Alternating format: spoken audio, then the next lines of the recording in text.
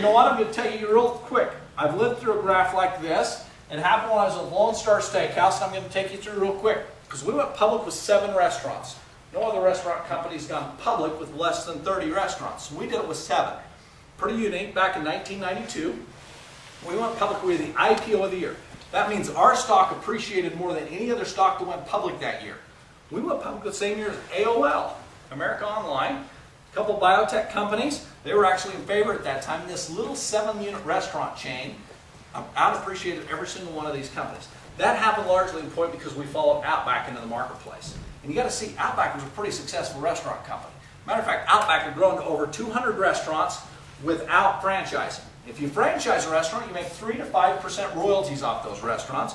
But if you can keep those restaurants in-house, manage them properly, you can make anywhere between 8 to 16% net after tax. So you see, if you can keep the restaurants in-house versus franchising, you can be a lot more profitable. The problem is all the companies that tried before them have crashed and burned. They couldn't continue to keep the integrity of the sales, the profitability, or get enough managers to do that. So they crashed and burned, and actually took them a decade or so to regrow under a franchising model.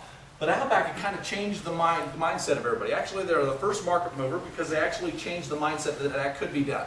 Because not only did they go over 200 stores, they actually increased their sales, increased their profitability as they did that.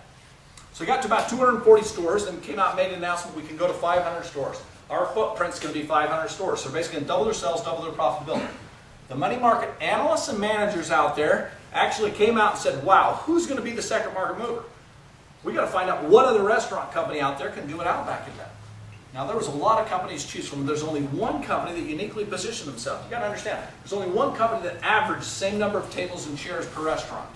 There was only one company out there that had the same concise, easy to execute menu as Outback had. There's only one company serving the same quality of meat for the same price point.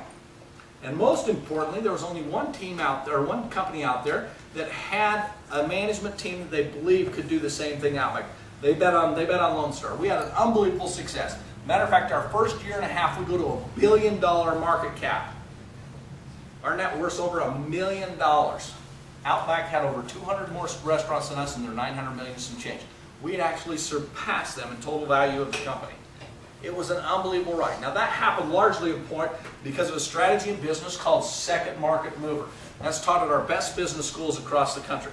I had the opportunity to go to Stanford and take that class after we had done what we did in Lone Star, because my CEO had actually positioned us perfectly in that place. And when I went there, guess what? They didn't talk about Lone Star and Outback. Matter of fact, that's such on a small scale, you would never find it in the books out there. But they talked about the giants. You know what they talked about? They talked about Kmart and Walmart. Because you got to see, Kmart was the first market mover out there.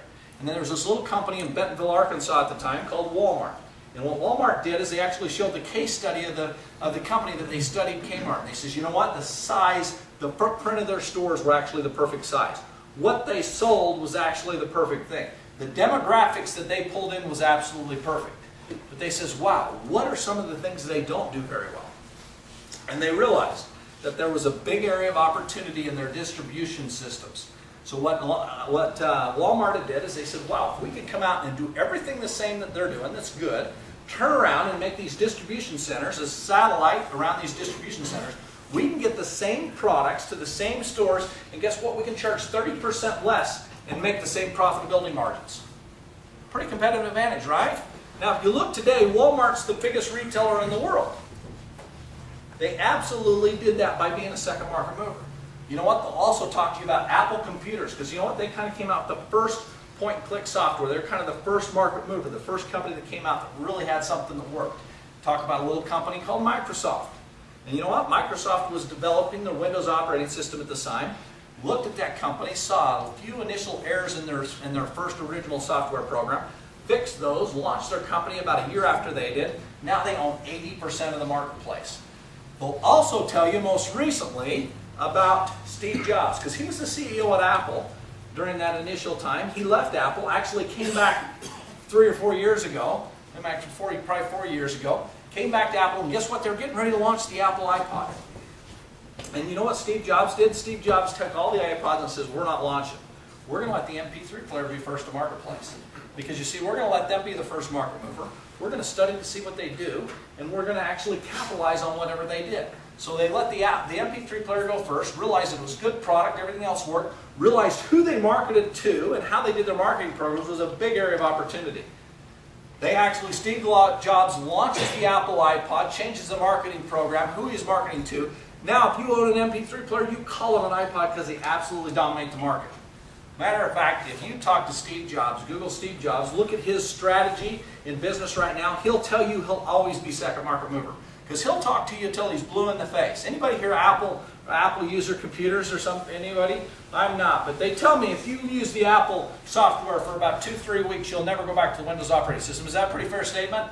Yep. Matter of fact, Steve Jobs will talk blue in the face that his Apple operating software for computers is far superior to the Windows system. He only owns 20% of the marketplace.